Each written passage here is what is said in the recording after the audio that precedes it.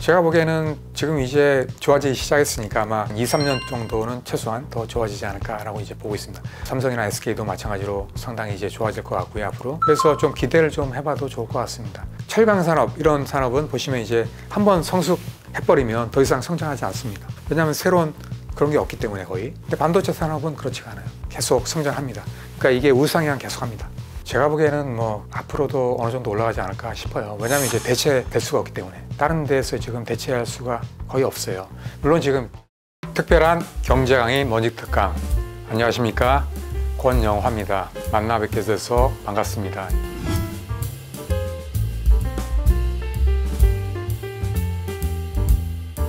지금 최근에 보시면은 며칠 전에 자스무라고 하는데 TSMC에서 이제 투자한 공장이죠. 그리고 또 소니하고 덴소 같이 이제 합작을 했는데요. 그 공장이 얼마 전에 완공이 됐습니다. 아마 가동은 아마 하반기가 될 것 같아요. 근데 지금 보시면은 뭐 경쟁이 될 수도 있죠. 근데 지금 보시면 나노대가 지금 12나노가 최상입니다. 지금 삼성은 지금 뭐 3나노 그리고 앞으로 이제 2나노 하지 않습니까? 당장은 아마 경쟁이 되지는 않을 것 같아요. 예. 그리고 또 자스ම් 팹은 지금 이제 주로 이제 소니라든지 덴소 이쪽에 많이 들어갑니다. 그러니까 어떤 목적이 있는 거죠. 그리고 또 차량용 반도체 이쪽에 좀 포커스가 되어 있습니다. 하다 보니까 제가 보기에는 그 나노대도 상당히 많이 차이 나기 때문에 삼성은 특히나 이제 첨단 공정 이쪽에 많이 신경을 쓰고 있거든요. 그쪽에 지금 집중을 하고 있습니다. 하기 때문에 삼성이랑은 경쟁이 그렇게 되지는 않을 것 같습니다. 그 다음에 또 보시면 지금 하고 있는 게 지금 라피더스 지금 하고 있지 않습니까? 그죠? 지금 뭐 2나노 반도체를 뭐 2027년도 그때 양산하겠다 이렇게 발표를 했는데요. 거기도 마찬가지로 지금 보면은 이제 2027년도면 삼성은 1나노 때 들어가거든요. 차이가 있습니다. 기술력 차이가 지금 뭐 냉정히 말하면은 상당히 5년, 10년 이상 차이가 나는 거죠. 그래서 그런 격차가 있기 때문에 아마 경쟁은 아마 되지는 않을 겁니다. 그리고 라피더스 자체도 삼성이나 TSMC랑 경쟁하지 않겠다라고 발표를 했어요. 왜냐하면 기본적으로 보면 체급이 달라요. 삼성이나 TSMC는 헤비급이거든요. 라피더스는 라이트급입니다. 그리고 또 기술 자체도 많이 차이가 나고요. 뭐 물량 자체도 많이 차이가 나고요. 하다 보니까 직접적인 어떤 경쟁은 아마 피할 겁니다. 그래서 라피더스 자체적으로도 발표한 게 뭐냐면은 우리는 특수한 어떤 니치 마켓을 하겠다. 예를 들면 뭐 인공지능 반도체 이쪽에 특화하겠다. 이런 식으로 발표를 했거든요. 그래서 아마 2027년도 지나서 30년도까지는 아마 경쟁이 되지 않을 겁니다. 근데 이제 35년, 40년 간다 그러면 그땐 또 모르죠. 그 기업이 또 이렇게 성장해가지고 어느 정도 역량이 갖춰진다 그러면 경쟁할 수 있는 거죠. 근데 이제 아마 2030년 그 전까지는 아마 경쟁하지는 않을 겁니다. 이유가 지금 기회가 됐던 게 뭐냐면 지금 미중 패권 전쟁을 하고 있잖아요. 그러니까 이제 미국에서 지금 이제 우방을 삼아야 되는데 지금 일본이 가장 큰 우방이에요. 지금 뭐 너무 이제 대만이라든지 뭐 한국은 마찬가지로 지금 보시면 뭐 여러 가지 이제 지정학적인 어떤 리스크가 있잖아요. 전쟁이라든지 뭐 여러 가지 이슈가 있기 때문에 미국에서는 이제 안정적으로 하고 싶어 하는 거죠. 만약에 지금 뭐 TSMC에서 너무 이제 의존하고 있는데 이게 이제 해칭이 된다라면은 일본이 상당히 좋은 선택이 될 수 있는 거죠. 만약에 대만에서 이제 전쟁이 발생해서 중국에서 침공해가지고 이제 대만에서 뺏긴다 그러면은 상당히 미국한테는 리스크가 큰 거거든요. 근데 이제 그런 리스크에서 이제 일본에서 이제 폐비 발생이 되면 여러 가지 이제 해칭이 될 수 있는 거죠. 그래서 그런 면에서 보면은 상당히 좋고, 그 다음에 또 미중 간에 엄청난 지금 싸움을 하고 있기 때문에 일본으로서는 어떤 기회가 될 수 있는 거죠. 그러니까 일본 쪽에도 이제 신경을 너무 못 쓰는 거예요. 그러면 아무래도 이제 그 사이에 이제 일본이 성장할 수 있는 거죠. 예전에 보시면은 한국도 마찬가지예요. 보시면 예전에 이제 미국하고 일본이 상당히 전쟁을 했었거든요. 일본이 엄청나게 이제 반도체 산업에서 성장을 하기 때문에 견제를 계속 했다고요. 그러면서 이제 신경을 못 쓴 거예요, 한국에. 견제를 했어야 되는데 신경을 못 쓴 거예요. 그러다 보니까 이제 한국이 메모리에서 엄청나게 이제 앞서간 거거든요. 마찬가지로 지금도 그런 상황이랑 좀 비슷하다고 보거든요. 미국이 이제 중국에 엄청나게 지금 이제 제재를 하면서 신경을 많이 못 쓰면서 기회가 되는 거죠. 일본이 클 수 있는 반도체 산업에서. 그래서 그런 기회를 잘 살리고, 그리고 또 위기 의식이 있었던 것 같아요. 왜냐면은 지금 이제 일본은 지금 마지막 기회라고 보고 있거든요. 반도체 산업을 재건할 수 있는. 그래서 이번에 못 살리면 더 이상 이제 기회가 없다라고 보고 있어요. 그래서 그런 기회를 지금 이제 몰빵하는 거죠. 그래서 어떻게든 이번 기회에 이제 과거의 어떤 명성을 되찾겠다, 이렇게 지금 하고 있는 거죠. 지금 차이가 많이 나고 있죠. 중국은 많이 차이가 나고 있는데 지금 보시면 미국이나 이런 데 비교하면 엄청난 차이가 나죠. 제가 보기에는 뭐 한 10년 이상은 차이 난다고 봐야죠.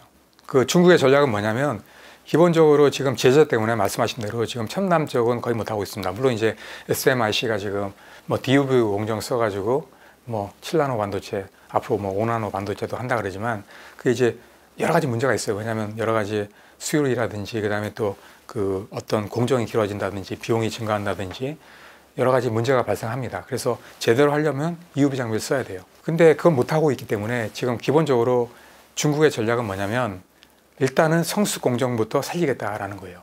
그리고 시장 자체도 보시면은 그 10나노 이상 성수 공정이 시장이 훨씬 더 큽니다. 2배 이상 첨단보다 큽니다. 하다 보니까 그 시장만 하더라도 뭐 충분히 이제 성수를 할 수 있는 거죠. 하다 보니까 그쪽을 먼저 키우겠다는 거예요. 그래서 중국도 마찬가지로 성수 공정은 상당히 발전을 하고 있어요. 왜냐하면 제재할 수도 없고 자체적으로 다 이제 자급자족이 가능하기 때문에 지금 보시면은 성수 공정은 중국이 상당히 10년 사이에 엄청난 발전을 했습니다. 그래서 보시면은 뭐 지금 그 생태계가 많이 구축이 돼 있어요. 자체적으로 뭐 20나노대의 어떤 장비, 포토 장비도 지금 만들고 있고요.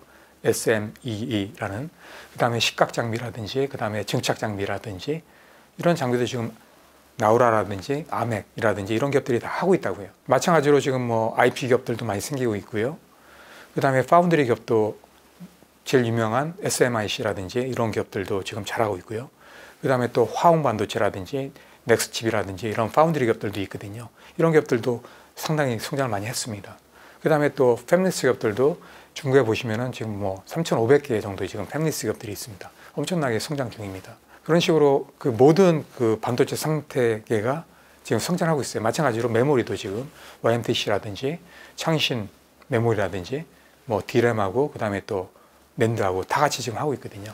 모든 산업이 지금 계속 발전을 하고 있기 때문에 계속 성장할 겁니다. 단 이제 말씀하신 대로 첨단 쪽은 지금 미국 때문에 지금 못하고 있는 거죠. 힘듭니다. 예, 힘들어요. 왜냐하면 지금 보시면 한국도 반도체 장비를 한 80% 가까이가 지금 수입이에요. 지금 물론 국내도 지금 장비 업체들, 소부장 기업들 많이 있습니다. 장비 업체들 많이 있는데 지금 뭐 그 성수 공정은 다 커버가 됩니다. 근데 첨단 공정으로 가면은 커버를 잘 못합니다. 지금 뭐 미국에 있는 선단 기업들 있지 않습니까? 예를 들면 뭐 지금 많잖아요. 어플라이드 머티리얼스라든지 그 다음에 또 ASM이라든지 네덜란드에 또 램 리서치라든지 이런 기업들 의존할 수밖에 없어요. 그런 장비를 쓰지 않으면은 뭐 EUV 공정이라든지 이런 걸 하기 어렵거든요. 그래서 어쩔 수 없이 미국이나 뭐 도쿄 일렉트론 이런 기업들 의존해야 됩니다. 물론 이제 한국도 계속 지금 소부장 기업들도 키우려고 하고 있습니다. 근데 그게 쉽게 되는 게 아니라는 거죠. 왜냐하면 그 장비 자체도 장비 기업 혼자서 할 수 있는 게 아니거든요. 여러 가지 이제 부품들이 또 많이 필요하지 않습니까? 이런 기술들도 같이 이제 발전을 해야 돼요. 근데 이제 그런 기술들이 아직까지는 이제 한국이 완전하지 않다는 거죠. 원천 기술이 없다 보니까. 그래서 많이 걸립니다, 시간이. 제가 보기에는 뭐 앞으로도 어느 정도 올라가지 않을까 싶어요. 왜냐하면 이제 대체될 수가 없기 때문에 이미 이제 생태계를 완벽하게 이제 구축을 했기 때문에 다른 데서 지금 대체할 수가 거의 없어요. 물론 지금 AMD에서 지금 하고 있죠. 근데 이제 또 봐야 되는 게 있어요.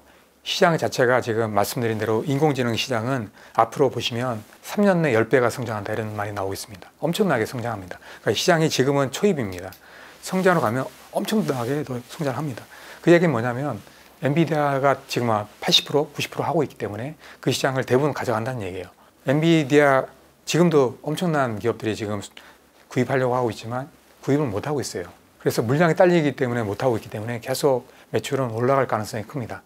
물론 지금 보시면 뭐 테크 기업이라든지 이런 기업에서도 이제 엔비디아를 뭐 GPU를 사지 못하면 AMD로 대체를 하겠죠. 물론 대체를 하겠는데 그 물량이 그렇게 많지는 않다는 거죠. 제가 보기에는 그 생태계가 완벽하게 이제 구축이 돼 있기 때문에 다른 데서 대체를 거의 못하기 때문에 어느 정도 이제 앞으로도 꾸준히 가지 않을까라고 봅니다. 나름대로 생각했을 수는 있죠. 그렇다고 뭐 사람인데 그걸 완벽하게 이제 예측을 한다는 게 불가능하지 않습니까? 그래서 그 자체적으로 보면 그 GPU도 원래 인공지능을 위해서 이제 개발된 게 아니에요. 그래픽에 이제 최적화된 어떤 반도체거든요. 그래서 지금 뭐 앞으로 가면 더 이제 적합한 반도체가 나오겠죠. 아까 제가 말씀드린 한 칩에서 메모리랑 시스템 반도체 기능을 동시에 할 수 있는 반도체, 이런 게 가야 되는 거죠. 뉴로모픽 반도체 이런 것처럼 그런 식으로 나중에 가겠죠. 그리고 또 마찬가지로 NPU 최근에 많이 나오지 않습니까? 온 디바이스 AI는 반드시 이제 NPU가 또 들어갑니다. 그 NPU는 그 인공지능을 위해서 이제 개발된 인공지능 반도체거든요. 그래서 전력 소모도 상당히 적습니다.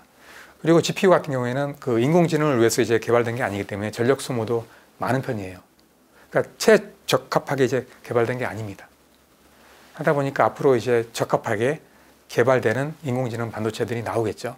제가 보기에는 지금 이제 좋아지기 시작했으니까 아마 제가 보기에는 한 2, 3년 정도는 최소한 더 좋아지지 않을까라고 이제 보고 있습니다. 물론 주기가 있습니다. 반도체 주기는 보통 3, 4년 그 주기로 해가지고 이제 호황과 불황이 왔다 갔다 하는데요. 예, 그래서 아마 몇 년간은 아마 좋아질 것 같습니다. 그래서 많은 기업들이 또 투자도 많이 하고 있고, 그 다음에 또 삼성이나 SK도 마찬가지로 상당히 이제 좋아질 것 같고요, 앞으로. 그래서 좀 기대를 좀 해봐도 좋을 것 같습니다. 그리고 또 인공지능 시대이기 때문에 반도체가 또 그만큼 많이 필요할 수밖에 없어요. 예. 앞으로 이제 인공지능이 대세이기 때문에. 그 다음에 또 앞으로 반도체 자체도 인공지능 반도체가 아마 2030년 정도 되면 한 3분의 1 정도 될 거예요. 엄청나게 많이 커지기 때문에 반도체도 많이 쓰이고, 또 인공지능 반도체는 말씀드린 대로 가격이 상당히 고가입니다. 그러니까 시장성이 훨씬 더 좋은 거죠. 마진도 많고. 그러니까 시장 파이도 엄청나게 커지는 거죠. 그래서 제가 보기에는 계속 좋아질 것 같아요. 예, 예. 그렇죠. 그 계기가 된 게 이제 인공지능이죠. 인공지능 때문에 예전에 보시면 그런 주의가 왔던 게 스마트폰이 이제 보급이 많이 되면서 반도체 산업도 엄청나게 성장했거든요. 마찬가지예요. 그 인공지능이라는 새로운 애플리케이션이 나오면서부터 반도체 산업이 또 엄청나게 성장을 하는 거죠. 이렇게 반도체 산업은 보통 이제 보시면 철강 산업 이런 산업은 보시면 이제 한번 성숙해버리면 더 이상 성장하지 않습니다. 포화됩니다. 왜냐하면 새로운 그런 게 없기 때문에 거의. 근데 반도체 산업은 그렇지가 않아요. 새로운 신규 애플리케이션이 계속 나옵니다.